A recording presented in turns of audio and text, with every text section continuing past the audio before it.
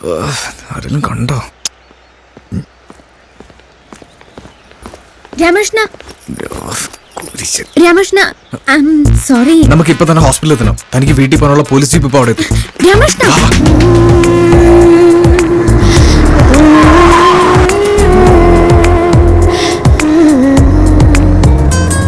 നായികയെ കാണിച്ചു കൊടുക്കാതെ രക്ഷപ്പെടുത്തി സസ്പെൻഷൻ വാങ്ങിക്കുന്ന നായകൻ. അടിപൊളി സിറ്റുവേഷൻ. അതെ, തനിക്ക് വേണമെങ്കിൽ എന്നോട് കുറച്ച് സെന്റിമെന്റൽ ഡയലോഗ്സ് ഒക്കെ പറയട്ടോ. അതിന് രക്ഷപ്പെട്ടില്ലല്ലോ. മാഡം ഹോസ്പിറ്റലിൽ വിളിച്ചു ചോദിച്ചാ ഞാൻ വന്നില്ലെന്നറിയില്ലേ? അതൊക്കെ മാഡം എപ്പോഴേ വിളിച്ചു ചോദിച്ചാണ്. പക്ഷെ താൻ പേടിക്കണ്ട. സിറ്റി ഹോസ്പിറ്റലിൽ പിയറോനെ വിളിച്ച് തന്റെ പേരിലൊരു അപ്പോയിന്റ്മെന്റ് എടുത്തു വെക്കാൻ ഞാൻ പറഞ്ഞിട്ടുണ്ട്. Thank you Ramakrishna. ഇനി വേണമെങ്കിൽ കുറച്ച് ഫീൽ ഡയലോഗ്സ് പറയാം.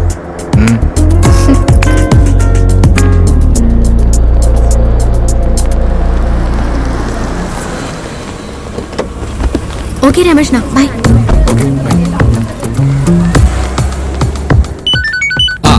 എന്താ വക്കീൽ സാറേ? സേവ്യർ സാറേ, വനിതാ പോലീസ് സ്റ്റേഷനിലെ ഡ്രൈവറും ആ മുകുന്ദൻ മേനോന്റെ മകളും കൂടി ഒരേ കാറിൽ ഇണക്കുരുവികളെ പോലെ മുട്ടിയൊരുമി വന്നിറങ്ങുന്നു. ഇനി നീ പറയുന്നത് ഞാൻ വിശ്വസിക്കണ? ഫോൺ വെച്ചിട്ട് പോണോ മോന്റെ മോനെ? ഓക്കെ. ഓ, ചേച്ചിമാരെത്തിയോ? മോക്ക് പുറത്തു പോകാനുണ്ടായിരുന്നെങ്കിൽ ഞാൻ ലീവ് എടുക്കില്ലായിരുന്നല്ലോ. കഴിക്കുമ്പോഴെങ്കിലും ആ തോക്കൊന്ന് മാറ്റിക്കൂടെ? ബാത്റൂമിൽ പോകുമ്പോ വരെ ഞാൻ എന്റെ തോക്കുണ്ടു. എവിടാണ് ഭീകരം വരണേന്ന് പറയാൻ പറ്റൂല. മോള് വന്നിട്ടുണ്ട്, കൊടുക്കാം. മോളെ, ഡാഡിയാ. Hello daddy. എന്തായി മോളെ ഹോസ്പിറ്റലിൽ പോയിട്ട്? കുറവുണ്ട് ഡാഡി. ബർത്ത്ഡേ ഫംഗ്ഷൻ എങ്ങനെ ഉണ്ടായിരുന്നു? അത് പിന്നെ ഡാഡി, എല്ലാ ഫ്രണ്ട്സും ഉണ്ടായിരുന്നോ ഫംഗ്ഷന്? I am sorry daddy. ഞാൻ കുഴപ്പമില്ലടാ. അത് ഡാഡി എങ്ങനെ അറിഞ്ഞു? ഇതൊക്കെ അറിയാനാണോ മോളെ പാട്? ഒരു സർപ്രൈസ് ആയിക്കോട്ടെ എന്ന് കരുതി ഞാൻ മോളെ വിളിച്ചേ ഉള്ളൂ. ഓ, അത് ഡാഡി, ഒരു ചെറിയ ഇഷ്യൂ ഉണ്ടായി. എന്താ മോളെ പ്രശ്നം? ഞാൻ റിസോർട്ടിൽ പോയതുകൊണ്ട് ഡ്രൈവർ രാമകൃഷ്ണനെ അരുന്ധതി മേഡം സസ്പെൻഡ് ചെയ്തു.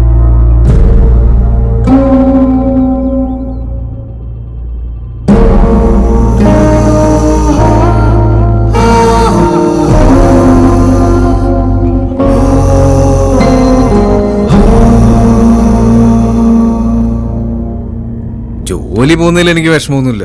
പക്ഷെ നിങ്ങളെയൊക്കെ പിരിയാന്ന് പറയുമ്പോ എന്തോ ഒരു... എന്തായാലും എല്ലാവരും ഫോൺ നമ്പർ എന്തെങ്കിലും ഞാൻ ഇടയ്ക്ക് വിളിക്കാം. ശരി, ഞാൻ വിളിക്കണ്ട. ഹസ്ബൻഡ് വീട്ടിലുണ്ടാവും. അയ്യോ, ആ വിളിയല്ല, വെറുതെ നിങ്ങളൊക്കെ മിസ് ചെയ്യുമ്പോൾ വിളിയില്ലേ അത്. എന്താ രാമകൃഷ്ണ ഇത്?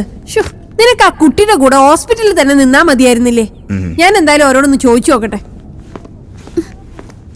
ചോദിച്ചു നോക്കിയിട്ട് കാര്യമൊന്നുമില്ല. ആ എസ് എന്നെ പറഞ്ഞുവിടൂ, എനിക്ക് ഉറപ്പാ. അങ്ങനൊന്നും പറയരുത്. അല്ലാഹു നമ്മളെ പിരിക്കില്ല.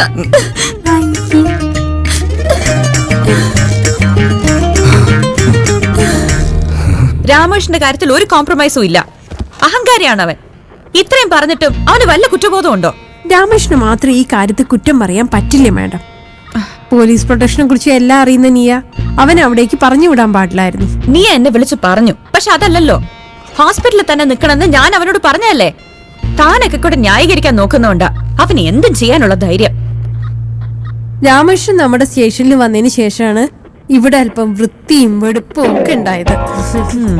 അതെനിക്ക് മനസ്സിലായി. ഓ, അവന് വേണ്ടി റെക്കമെൻഡ് ചെയ്യാൻ ഇവിടെ എത്ര പേരാ. രാവിലെ തൊട്ട് തന്നെ വനിതാ പോലീസുമാരൊക്കെ എന്തോ കളഞ്ഞ അണ്ണാനമാരി ഇരിക്കുന്നത് ഞാൻ കണ്ടു. ഇപ്രാവശ്യത്തേക്ക് കൂടി ഒന്ന് ക്ഷമിക്കൂ മാഡം. ഇനി അങ്ങനെയൊന്നും ഉണ്ടാവില്ല എന്ന് രാമകൃഷ്ണൻ ഉറപ്പ് പറഞ്ഞപ്പോഴാ ഞാൻ ഇങ്ങോട്ട് വന്നത്.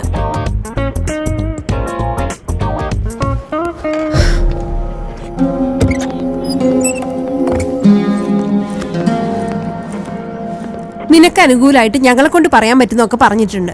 ഇനി അവരെന്ത് തീരുമാനം എടുക്കുന്ന എനിക്കറിയില്ല. എന്ത് തീരുമാനം എടുക്കാൻ? എന്നെ ഇവിടെ പറ്റത്തില്ലെന്ന് അവര് പറയും. 100% ആത്മാർത്ഥമായിട്ടല്ലേ ഞാൻ ഇവിടെ നിന്ന്. ഒരു ഡ്രൈവർ മാത്രമായിട്ടാണോ? നീയുടെ ആവശ്യത്തിനാണ് നിന്നെ റിസോർട്ടിലേക്ക് പറഞ്ഞു വിട്ടതെന്ന് അവള് മാഡത്തിന് വിളിച്ചു പറഞ്ഞിട്ടുണ്ട്. അത് മോശമില്ലല്ലോ. അങ്ങനെയൊക്കെ പറയാം.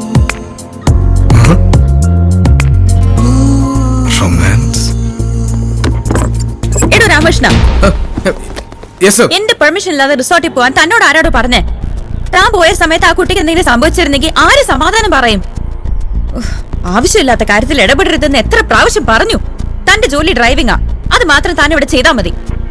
ഇത് തന്റെ ലാസ്റ്റ് വാർണിംഗാ. സർ. ഇനി മേല എന്തെങ്കിലും കാര്യത്തില് താൻ ഇടപെട്ടു എന്ന് ഞാൻ അറിഞ്ഞാ ഇല്ല സർ, എന്റെ ജീവിതത്തിൽ ഇനി ഒരു കാര്യത്തിലും ഞാൻ കടന്നു പോടോ. സർ. ആ മനോജ് കേസിന്റെ ഫയലിംഗ് എടുക്ക. ഒരു കാര്യം ഇവരാരെന്ന് വിട്ട് ചോദിച്ചാലോ? ഞാൻ വരാൻ വൈകും. പോണതിന് മുമ്പ് ഇവർക്കൊട്ടൊരു പണി കൊടുത്തിട്ട് ഞാൻ ജീപ്പ് എടുക്ക്, പുറത്തു പോണം. സോറി സർ, ജീപ്പ് കംപ്ലൈന്റ് ആണ്, വർക്ക്ഷോപ്പിൽ നിന്ന് ആള് വരണം. തനിക്ക് അത്യാവശ്യം മെക്കാനിക് പണിയൊക്കെ അറിയാവുന്നതല്ലേ, നന്നാക്കി കൂടെ? സോറി സർ, എന്റെ പണി ഡ്രൈവിംഗ് മാത്രമാണ്.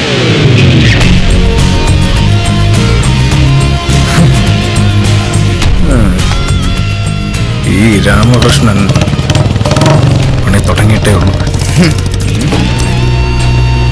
രാമകൃഷ്ണ, ആ, രാമകൃഷ്ണ, ലോക്കപ്പിൽ ഒരുത്തൻ തുണിയില്ലാണ്ട് നിൽക്കുന്നു. ഒന്ന് ചെന്ന് തുണി ഉടുപ്പിക്കുക. ഓഹോ സോറി, എന്റെ പണി ഡ്രൈവിംഗ് മാത്രമാണ്. വേറെ ഒന്നിലും തലയിടുന്ന മോളി എന്നുള്ള ഉത്തരവ്. ഈ ഹെൽപ്പ് ലൈൻ പരിപാടി ഞാൻ അങ്ങ് നിർത്തി. ഇനി ഞാനായി, എന്റെ പാടായി. പെണങ്ങല്ലേ രാമകൃഷ്ണ, ഞങ്ങൾ എല്ലാരും നിന്റെ കൂടെ ഇല്ലേ? ഒന്ന് വന്നേ. വാ രാമേട്ടാ. ഓക്കെ, ഇത് എപ്പോഴും ഒന്നും പ്രതീക്ഷിക്കണ്ട. Follow me. ഇത്ര പെട്ടെന്നൊരു ലോട്ടറി അടിക്കുമെന്ന് ഞാൻ പോലും വിചാരിച്ചില്ല.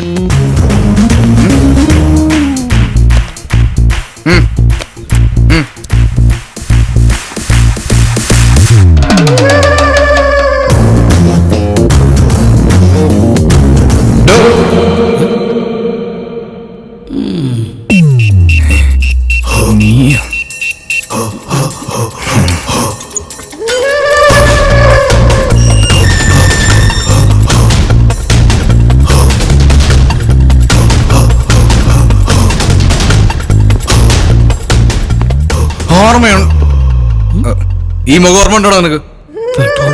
അന്ന് ഞാൻ കേട്ട തെറിക്കായി നീ ഇങ്ങനെ എന്റെ കൈ വന്ന് പെടുമെന്ന് ഞാൻ പോലും കരുതിയില്ല.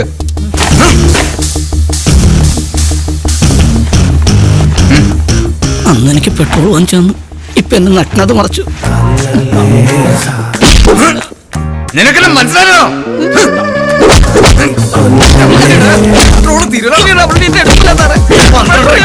നീ എന്നെ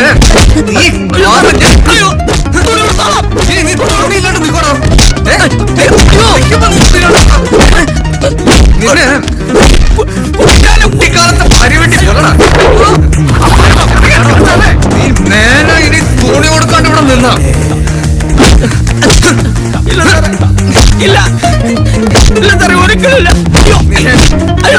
പെണ്ണുങ്ങളൊക്കെ നോക്കട്ടാ, നീ പെണ്ണുങ്ങളെ കാണിക്കല്ലേ നിന്നേ. നിന്റെ നെഞ്ചത്തെ രോമ ഞാൻ